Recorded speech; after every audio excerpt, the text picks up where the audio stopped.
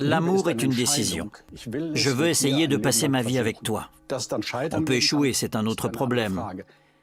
Mais ce n'est pas la même chose de dire « on va essayer » et « on reste ensemble tant qu'il y a des sentiments ». C'est une autre qualité de relation.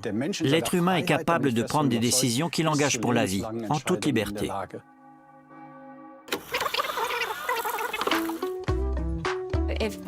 Davantage de mères devraient pouvoir rester à la maison. Le concept de famille nucléaire est une erreur. Pour une femme privilégiée qui a fait des études, les hommes sont un peu... un luxe. Bon, c'est parti. Qu'est-ce qu'une femme? Et qu'est-ce qu'un homme? Qu'est-ce qui relève du ressenti? Et qu'est-ce qui est réel? Notre sexe détermine notre vie tout entière. Reste à savoir comment et pourquoi. Et si c'est inéluctable? Les questions sont légion. Alors on va y répondre franchement. Et mettre certaines vérités à nu. Les filles et garçons. Midlife crisis, gender studies, non-binary, on hormones, sexually harassed. Féminisme.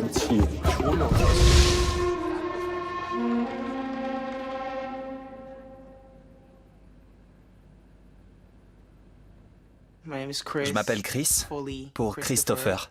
J'ai 36 ans. Moi, c'est Shadei, mais on m'appelle China. Je suis né à New York, à Brooklyn. J'ai 22 ans et je viens de Baltimore. Je suis une femme trans, mon pronom c'est elle, et on me dit madame. De mon côté, c'est il, lui et monsieur, tout au masculin. Et pour moi, tout ce qui est féminin.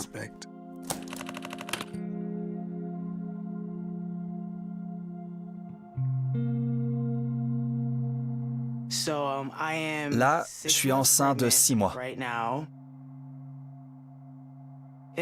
Dans la communauté trans, on dit qu'on est des papas hippocampes, parce que ce sont les mâles qui portent les petits chez cette espèce. Le chemin a été long, mais j'y suis.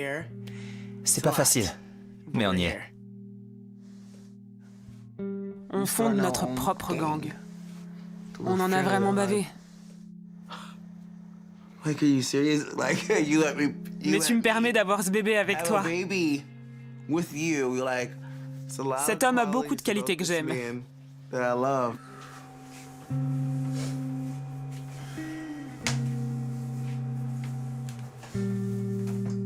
C'est important pour moi d'avoir des enfants, une descendance qui portera mes gènes. Je veux perpétuer cet héritage.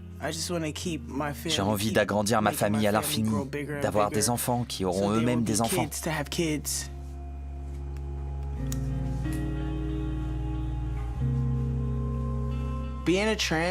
Pour un homme trans, une grossesse n'a rien d'évident. Je vis comme un homme depuis aussi longtemps que je me souvienne.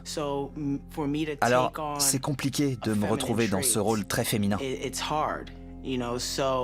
C'est aussi un peu perturbant pour ma transition à ce stade.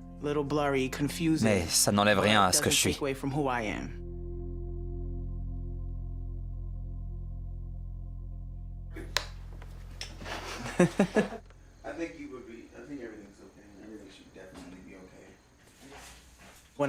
Enfant, je voulais être habillé comme les garçons à l'église. Je voulais pas chanter dans la chorale, ni faire partie des éclaireuses. Je voulais une console de jeu et un panier de basket pour Noël. J'étais un mec. Je voulais faire des trucs de garçon. Ça allait au-delà d'être lesbienne. Je suis passé à un état d'esprit complètement différent.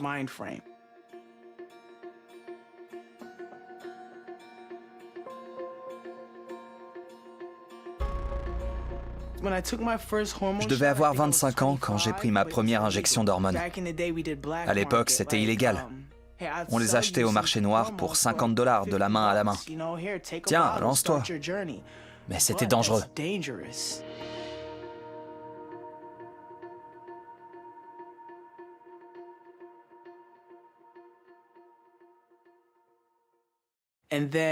Vers 30, 31 ans, j'ai commencé à consulter des médecins et à me renseigner un peu plus.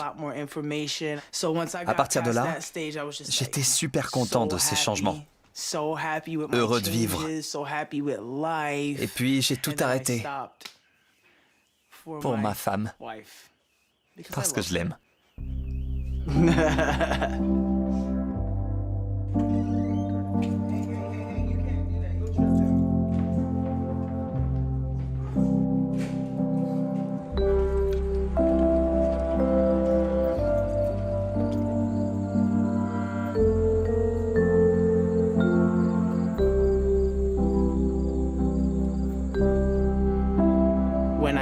Quand j'ai décidé d'avoir des enfants, ma famille a eu du mal à comprendre. Tout le monde s'était habitué à ce que je sois un homme et me disait « Qu'est-ce que tu fais? Tu veux qu'on te traite comme un homme, qu'on comprenne ton mode de vie en tant qu'homme, et maintenant t'attends un bébé ?»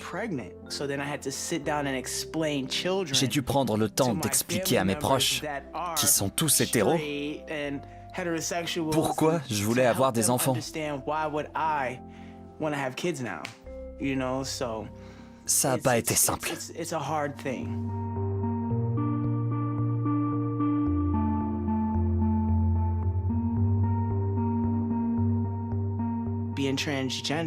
Le fait d'être transgenre ne conditionne pas toute la vie et n'empêche pas de devenir père ou mère.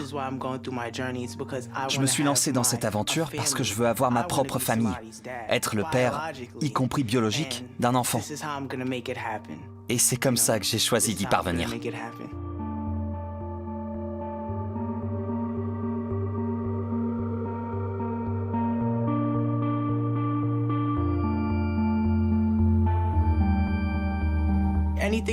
J'ai fait ce que fait habituellement une femme pour tomber enceinte. On n'est pas passé par l'insémination artificielle ou la fécondation in vitro. On a fait les choses à l'ancienne. Pénétration, relations sexuelles régulières homme-femme, pas de médicaments ou autres pour tomber enceint. Si ça marche, ça marche. Sinon, tant pis. On a tous les deux arrêté les hormones. Ça a été le pire moment de ma vie. C'est un retour en arrière. Tout s'inverse. Les hanches et les fesses reviennent, les poils de barbe se résorbent, la voix change de registre.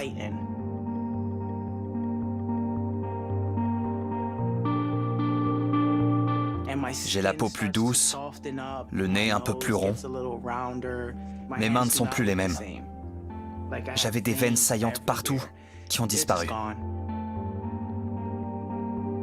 Je dois me répéter en permanence que je suis un homme. J'ai toujours des muscles, des poils et tout, mais je me sens hyper émotif. Sous hormones, je pleurais jamais. Rien m'atteignait. J'étais juste un mec qui allait au boulot et à la salle. Et maintenant...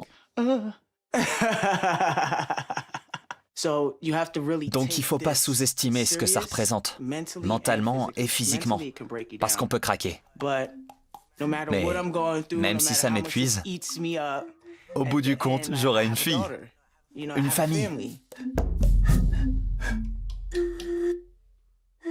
Avoir un enfant, est-ce l'accomplissement suprême? Et une fois qu'il est là, qu'est-ce qu'une famille au juste? Un père, une mère et un enfant? Deux pères et un enfant? La famille élargie? La coparentalité? Quid des mères porteuses? De l'adoption? Et comment doit fonctionner une famille? Elle oblige hommes et femmes à redéfinir une fois de plus leur rapport. Comment se fait le partage des tâches? Qui s'occupe des enfants? Qui fait bouillir la marmite?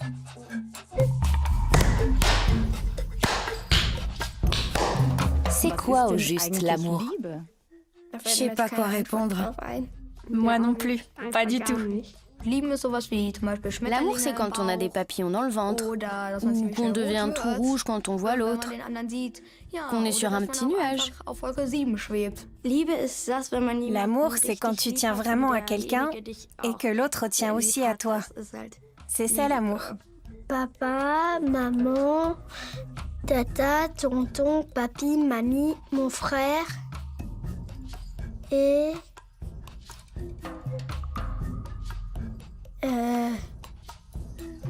J'en ai oublié un.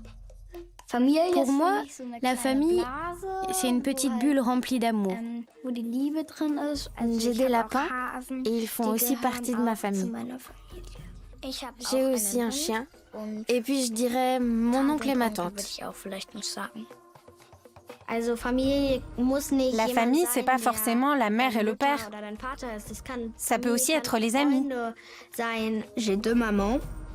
J'ai pas du tout de papa. Ça peut être un papa, un autre papa et les frères et sœurs.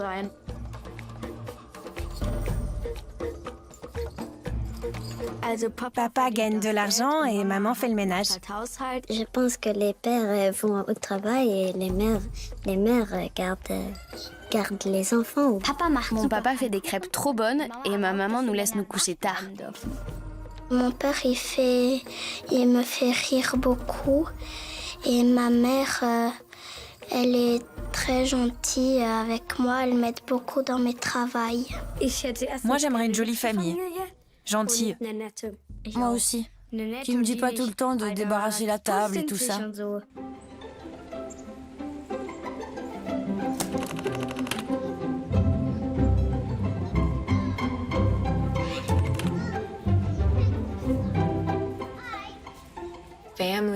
La famille représente tout pour nous.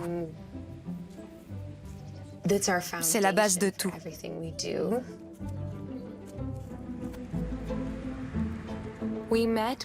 On s'est rencontrés quand je travaillais dans un bar à jus de fruits de Toronto.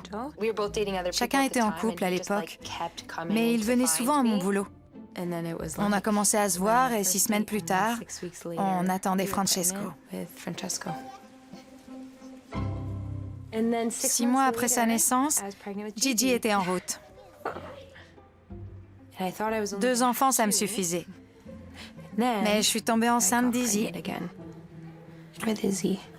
Francesco, look. Okay, what's that?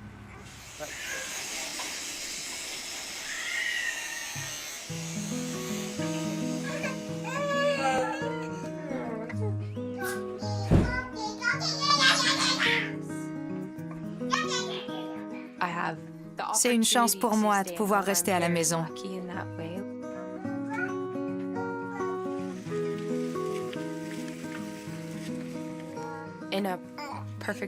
Pouvoir consacrer tout son temps aux enfants, ça a l'air génial, pas vrai? Ça ne me dérange pas d'être mère au foyer, au contraire.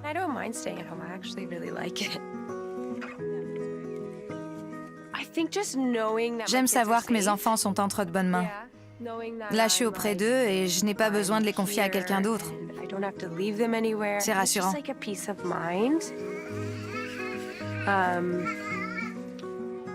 Et puis, j'aime avoir la maîtrise des choses. Je ne me vois pas partir au travail toute la journée et laisser quelqu'un d'autre leur faire à manger ou s'occuper d'eux. J'ai envie que ce soit moi.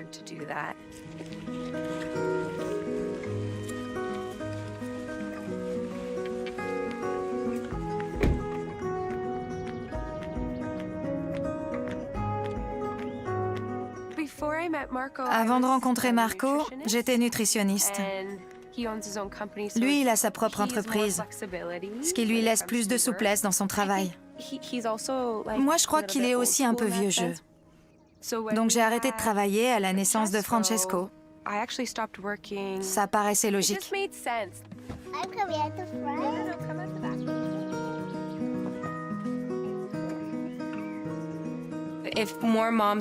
Ce serait bien si davantage de mères pouvaient toucher des aides pour pouvoir rester à la maison. Leurs enfants grandiraient dans un environnement stable et sûr, et ils pourraient être avec leur mère.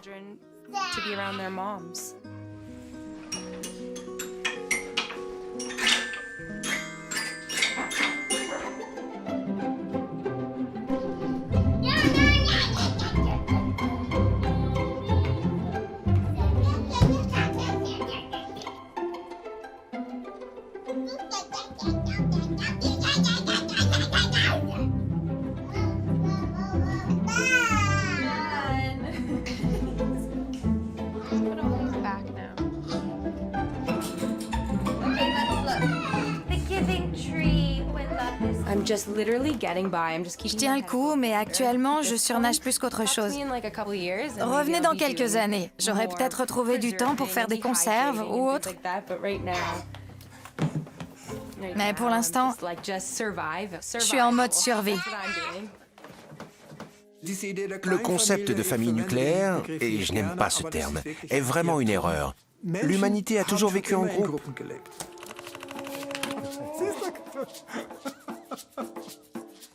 Au sein de ces groupes, depuis quelques centaines de milliers d'années, des couples ont commencé à se former.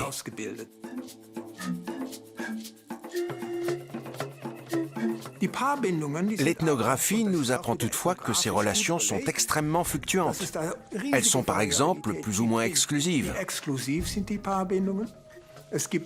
Il y a aussi des cultures qui ont recours à la paternité partagée.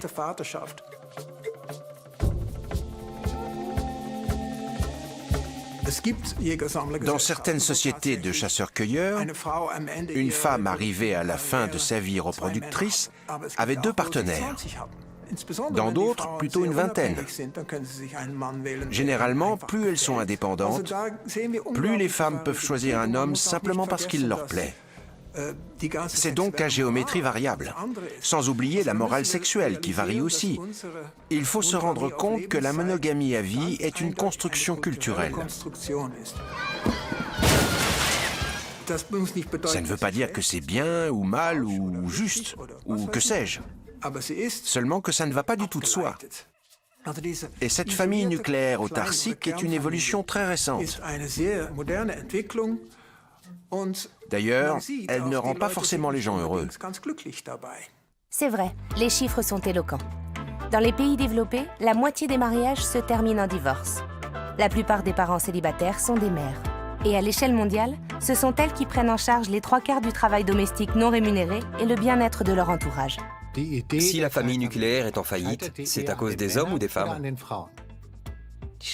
C'est à cause du complexe capitalistico-patriarcal.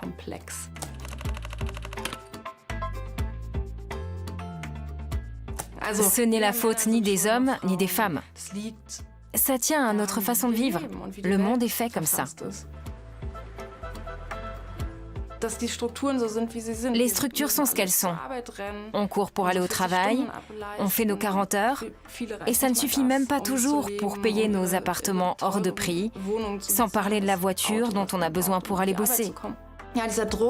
Les gens sont donc sous pression, a fortiori quand ils décident d'avoir des enfants. Pourquoi nos familles ont-elles rétréci à ce point d'ailleurs? Autrefois, les enfants étaient pourtant une richesse. Plus il y en avait, mieux c'était. Oui, parce qu'à l'époque, la famille était une unité de production. Avec l'industrialisation et la scission entre sphère professionnelle et sphère privée, il a fallu trouver quoi faire de sa progéniture. L'injonction au sacrifice maternel et l'idéal de la famille nucléaire sont apparus avec l'émergence de la bourgeoisie. Pendant que le père part travailler dans le vaste monde, la mère a pour seul horizon le foyer domestique. Et la maternité devient soudain une activité gratifiante. En tout cas, on veut s'en persuader. Voilà d'où vient cet idéal exploité à l'extrême par le régime nazi qui décernait des croix d'honneur aux mères. L'idée que la véritable place d'une mère, d'une femme, c'est à la maison avec ses enfants.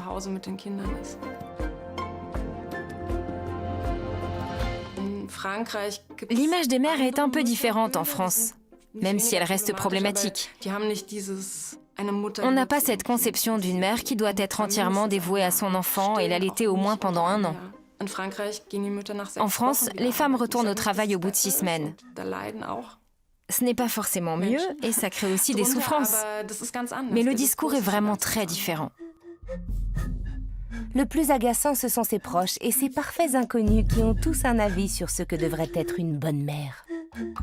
Et la difficulté qu'on a eue, c'est que si on travaillait, enfin moi en tout cas, en travaillant, il fallait que je sois aussi une épouse parfaite et une mère parfaite. Quelle folie carriériste. On dirait qu'une femme n'a de la valeur que si elle réussit professionnellement et siège dans un conseil d'administration. Drôle de façon de voir les choses. Pourquoi les femmes veulent-elles ressembler aux hommes? Elles devraient se battre pour leur propre rôle, qui est essentiel. Ma première femme a élevé nos 3 enfants et j'ai un profond respect pour elle. Quand je repense à ma vie de femme depuis mon mariage, ça a été toujours courir, courir, courir. Demandez-moi si ça me gêne de ne jamais avoir été mariée. Ça vous gêne de n'avoir jamais été marié? Ça m'est complètement égal. Mais on m'a souvent posé la question, surtout aux États-Unis. Où est votre mari? Alors je répondais, le 5e ou le 6e? Les femmes élèvent les enfants et font la cuisine. Ça ne change pas, c'est comme ça, quoi qu'on en dise.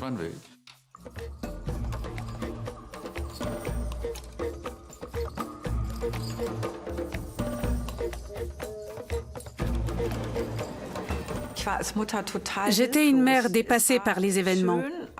C'était sympa, mais pas 24 heures sur 24. Je doutais énormément de moi et j'avais du mal avec ce rôle. Je pense que le féminisme doit également apprendre à accepter le fait que certaines femmes se sentent bien également dans le secteur de reproduction. Je m'imagine pas en mère traditionnelle.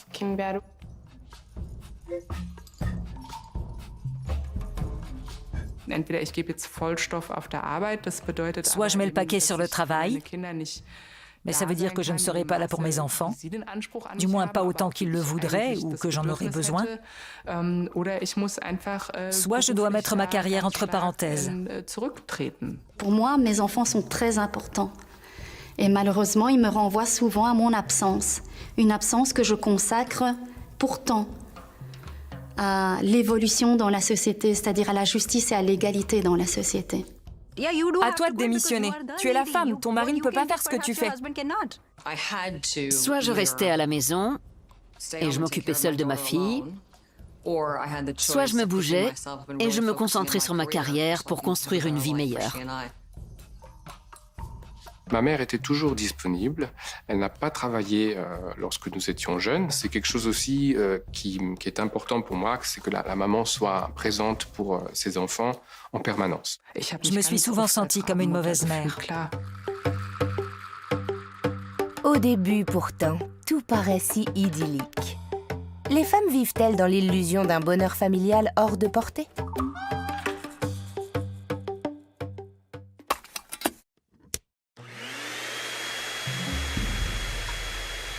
Pour une partie de l'humanité, le modèle de la famille nucléaire a rempli son office pendant un temps. En période de croissance économique, le père était le soutien de famille, l'épouse assurait l'intendance à la maison. Mais depuis, tout le monde a remarqué qu'elle était perdante dans l'affaire.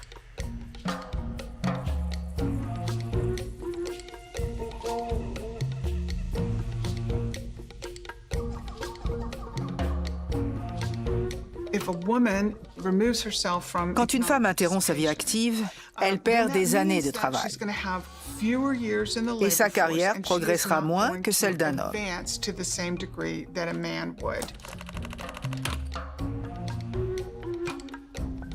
Ses compétences seront décotées.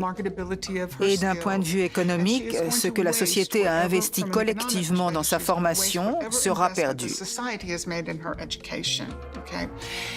Elle prend ainsi un risque considérable et inacceptable, à la fois personnel et économique, parce qu'elle a par ailleurs au moins une chance sur 2 de finir divorcée, notamment dans les pays développés. Et à ce moment-là, elle et ses enfants risquent fort de tomber dans la pauvreté ou au moins de voir leur niveau de vie baisser considérablement. On fait peser cet aléa sur les femmes par attachement sentimental à une image d'Épinal de la famille. La récente pandémie nous a appris que les dispositifs de garde d'enfants universels, abordables et de qualité sont des infrastructures économiques au même titre que les immeubles, les routes et les aéroports, car ils permettent à la moitié de la population de participer à la vie de la société. Ça devrait être une priorité.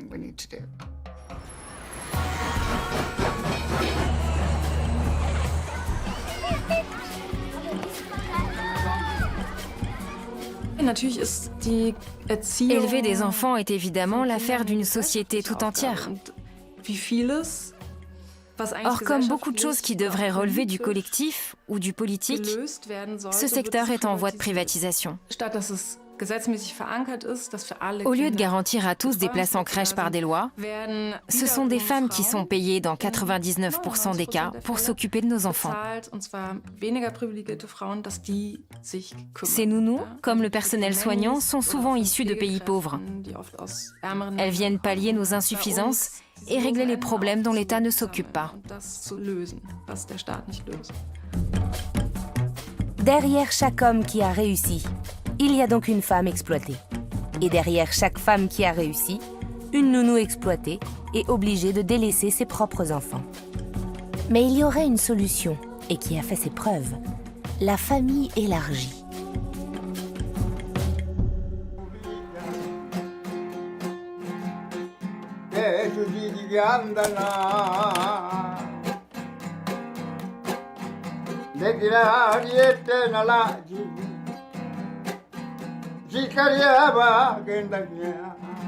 J'ai eu 8 enfants.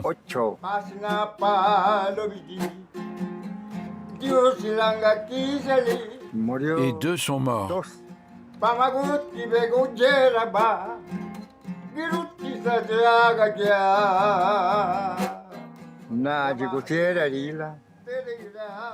Quand j'ai acheté ce terrain, chacun a eu droit à une parcelle pour y construire une maison.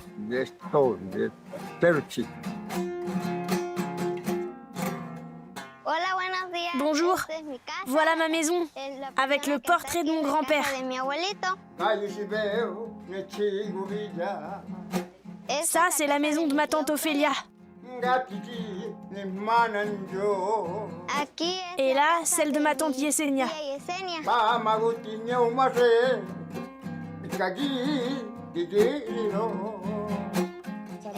Voici ma tante Paoula Zarate. Ma grand-mère,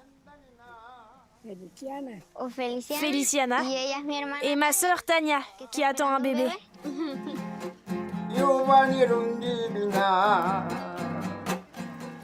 Là, c'est ma cousine, mon autre cousine,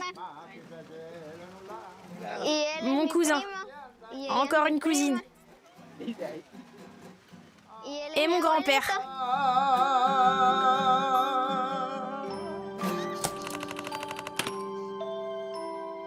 Je suis heureux quand tout le monde est réuni, comme aujourd'hui.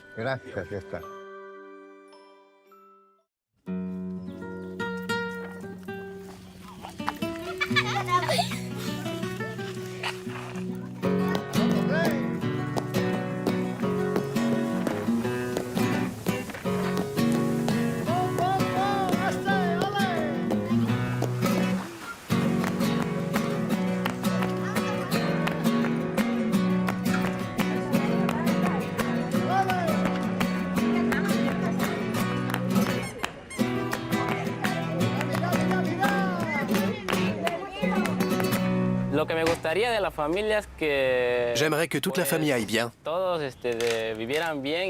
Et ce qui me plaît, c'est qu'on s'entraide.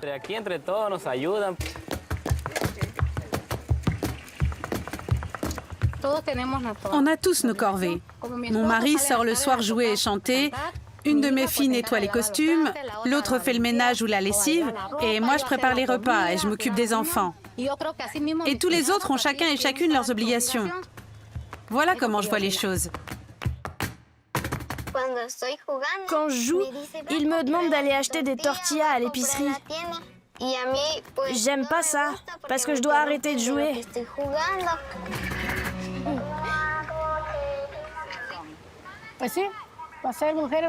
Être une femme, c'est être à la cuisine pour préparer le petit déjeuner, le déjeuner et le dîner pour le mari quand il rentre du travail. On est les plus fortes à la maison, mais pas au champ. L'homme s'occupe des tâches difficiles. Les femmes s'occupent du foyer et de ce qui n'est pas trop dur pour elles.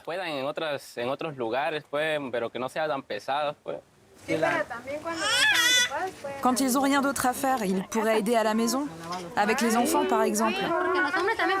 Oui, ils pourraient aussi faire la lessive, le ménage, la cuisine. Quand les hommes font ça, on les traite de lavettes.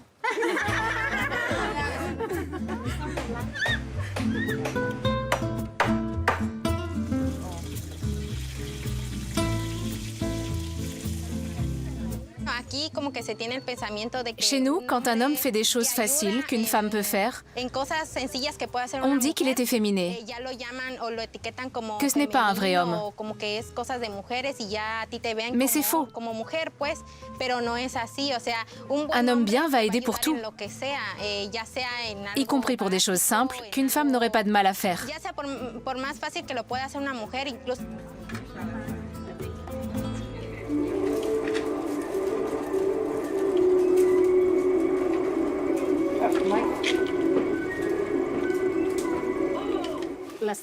On utilise ces roseaux pour fabriquer des sacs et des chapeaux. Ce qu'on gagne comme ça, c'est moi qui le touche et qui le gère. Avec, j'achète du jambon, du sucre, du café, de la tortilla, tout ce qu'il faut pour les repas.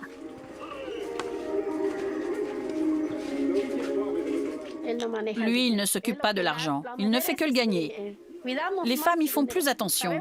Elles économisent davantage et elles savent ce qu'il est possible d'acheter ou pas.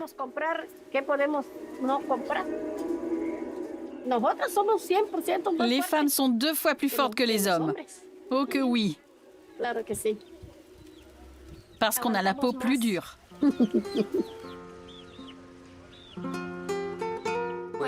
Les hommes ne devraient pas être machos. Il faudrait qu'ils nous aident, même pour le ménage. Certains se disent machos et ne lèvent pas le petit doigt, pas même pour se servir un café. Le machisme, c'est le fait de maltraiter les femmes. Et même en réalité, de maltraiter sa propre femme. Pour tout dire, j'ai pas envie de vivre la même chose que mes parents. Je veux aimer ma femme de tout mon cœur. Jamais je n'ai eu d'autre copine. C'est la première que j'ai rencontrée et ça restera la seule. Les hommes et les femmes ne sont pas différents. On est tous venus au monde pareil. On travaille pareil, on mange la même chose. On est toutes et tous semblables. Il n'y a pas de différence. Si, au niveau du travail, il y en a une. Vous voudriez que les femmes travaillent au champ et que nous, on reste à la maison? Chiche!